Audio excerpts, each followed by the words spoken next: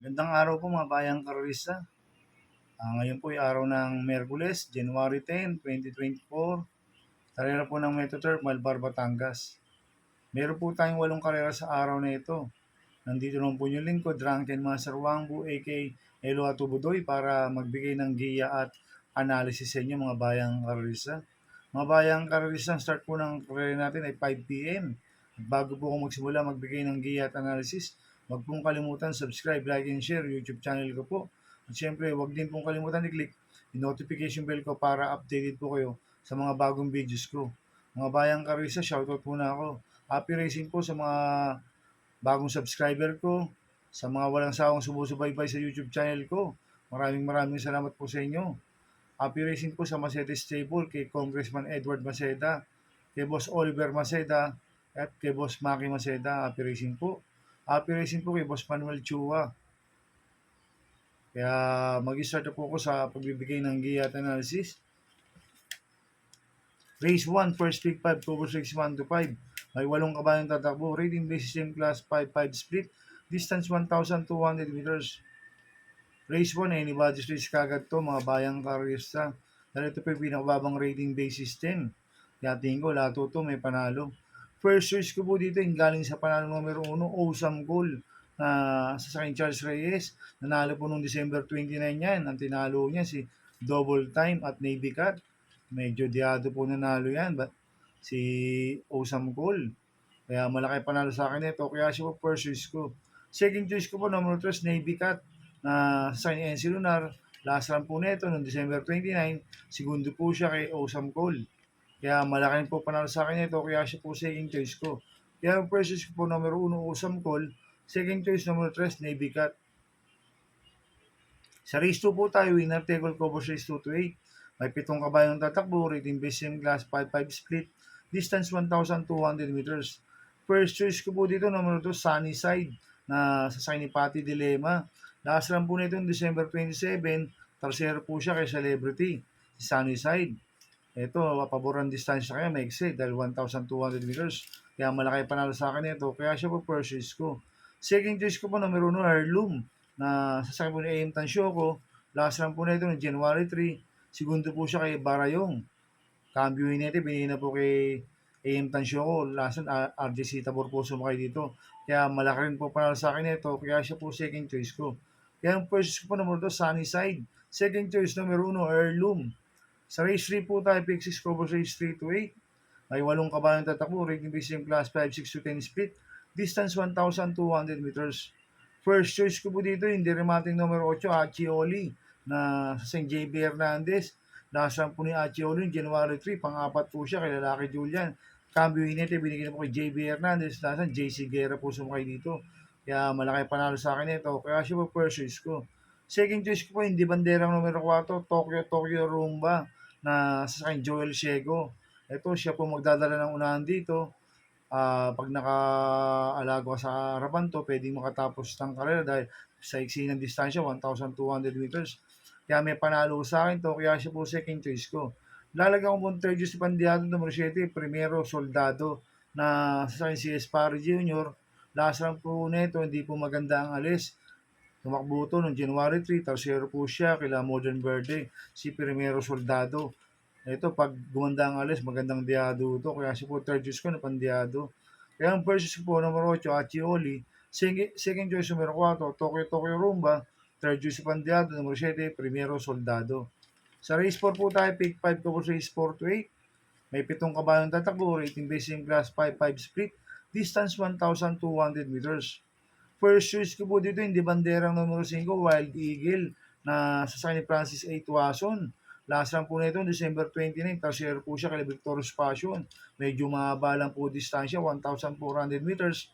Ngayon, maiksi, 1,200 meters. Dahil siya po magdadala ng unahan dito, si Wild Eagle. Kaya malaki panalo sa akin ito, kaya siya po first choice ko.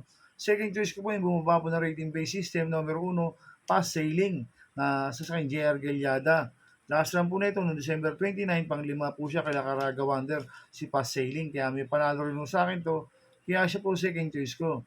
Lalagyan ko pong third choice Pandiado, numero 2, Prince Leather, na sa Charles Reyes. Itong si Prince Leather, last run medyo nalubak lang ito. Kaya hindi na ako pinuwersa ni Charles Reyes to, si Prince Leather. Kaya ngayon, ang tingin ko magandang diado to. Kaya siya po third choice ko. Kaya ang first choice ko po number 5, Wild Eagle. Second choice number 1, Pass Sailing. Third choice ko pandiado, number 2, Prince Leather. Sa race 5 po tayo. May 13 kabayong tatakbo, rating based in class 4, 16 to 21, distance 1,400 meters. First choice ko po dito yung galing sa panalo numero 12, Sylvia Plath, na sasakay ni Patty Dilema. Nanalo po yan noong December 28. Ang nagpanalo niya si Ea Brea, ngayon Patty Dilema. Kaya malaki panalo sa akin ito. Kaya siya po first choice ko. Second choice ko po, componente numero 7, Chocolate Thunder, na sa CB Ardonia. 7A, Jubilum, na nasa kay Francis A. Tuason. Itong si Chocolate Thunder, bumaba po ng rating-based system to. At si Jubilum, medyo maganda na po tinatakbo nito. Kaya itong componente numero 7 na ito, parehas po may panalto, kaya sila po second choice ko. Lalagyan ko pong third choice na bandiado, yung bumaba po ng rating-based system, numero 5, Work From Home, na sa akin Charles Reyes. Last run po nito, ang sumakay Pabs Caballero, ngayon Charles Reyes, kaya siya po third choice ko na bandiado.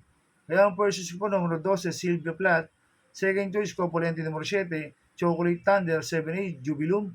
Third choice bandiado, numero 5, Work From Home. Sa race 6 po tayo, may siyam na kabayong tatakbo. Rating based in class 511 to 15, distance 1,400 meters. First choice ko po dito, numero 1, Magnolia Yana, na sasakay dyan Alvin Guse. Last run po nito, noong December 31, segundo po siya kay Gold Digger, si Magnolia Yana. Gamay na gamay po ni John Alvin Guse ito, kaya malaki panalo sa akin ito. Kaya siya po first choice ko. Second choice ko po, numero 5, Kalanggaman Island, na sasakay si Espari Jr. Last run po nito, January 3, segundo po siya kay May 10, si Kalanggaman Island. Kaya may panalo rin sa akin to, kaya siya po second choice ko. Lalagyan ko po third choice sa pandiado, yung bumaba po ng rating based system, numero 2, I Honors, na sa Mart Alvarez. Ito, bagong baba po ng grupo to, si I Honors.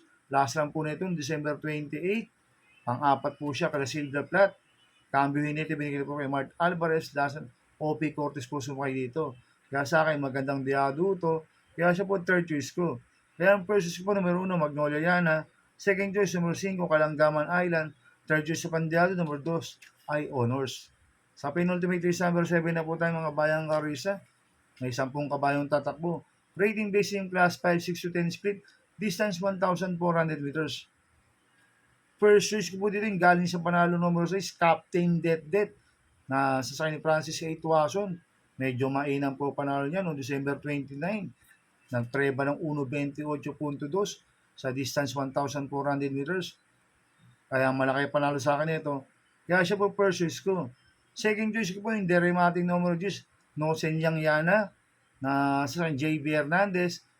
Last run po nito, December 31. Segundo po siya kay May Diamond, si No Senyang Yana. Kaya malaki panalo sa akin ito. Kaya siya po ang second choice ko. Lalagyan ko po third choice sa bandiado, yung bumaba po ng rating based system. Numero 2, Great Angie, na sasakay si Espari Jr. Ito magandang diado to, si Great Angie. Kaya siya po third choice ko na pandiado. Kaya ang first choice po, numero 6, Captain Det. Second choice, numero 10, No Senyang Yana. Third choice sa pandiado, numero 2, Great Angie. Sa last race po tayo sa race 8, may 11 kabayang tatakbo. Rating based in class 5, 6 to 10 split. Distance 1,400 meters. First choice ko po dito, yung Derematic numero 6, Jowo, na sa kay JD Pabilik. Last run po ni Jowo nung December 28. Ang apat po siya, Kalamani 4B pa ni. Kaya malaki panalo sa akin ito. Kaya siya po first choice ko. Second choice ko po, numero 8, Buwayang Bato, na sa kanya Mart Alvarez. Ito, gamay ni Mart Alvarez to, sa Buwayang Bato. Kaya siya po second choice ko. Lalagyan ko mong third choice sa bandiado, numero 2, Bonnie Avenue, na sa kanya JC De La Cruz. Last run po nito, January 3, pang-5 po siya, kay Lalaki Julian. Cambio Hinete, binigay na po sa apprentice kay JC De La Cruz. Lasan, Lester Desos po sumakay dito. Medyo gumahang po ang peso. Kaya siya po third choice ko na bandiado. Kaya ang first choice po, numero 6, Jowo. Second choice, numero 8, Buwayang Bato. Third choice sa bandiado, numero 2, Bonnie Avenue. Good luck and happy racing mga bayang karalista. Inuulit ko, ito gabay ko lang at analysis ko. Pero pagdating sa tayan, kayo pa din na masusunod. Sana iswertein po tayo ngayon at magsitama. Kaya good luck po sa ating lahat mga bayang karalista. Kaya mga bayang karalista, please subscribe my YouTube channel at Tubudoy 2.0. Sana lagi niyo pong panoorin yung ads ko, huwag niyo pong skip. Kaya maraming salamat po sa inyo and God bless.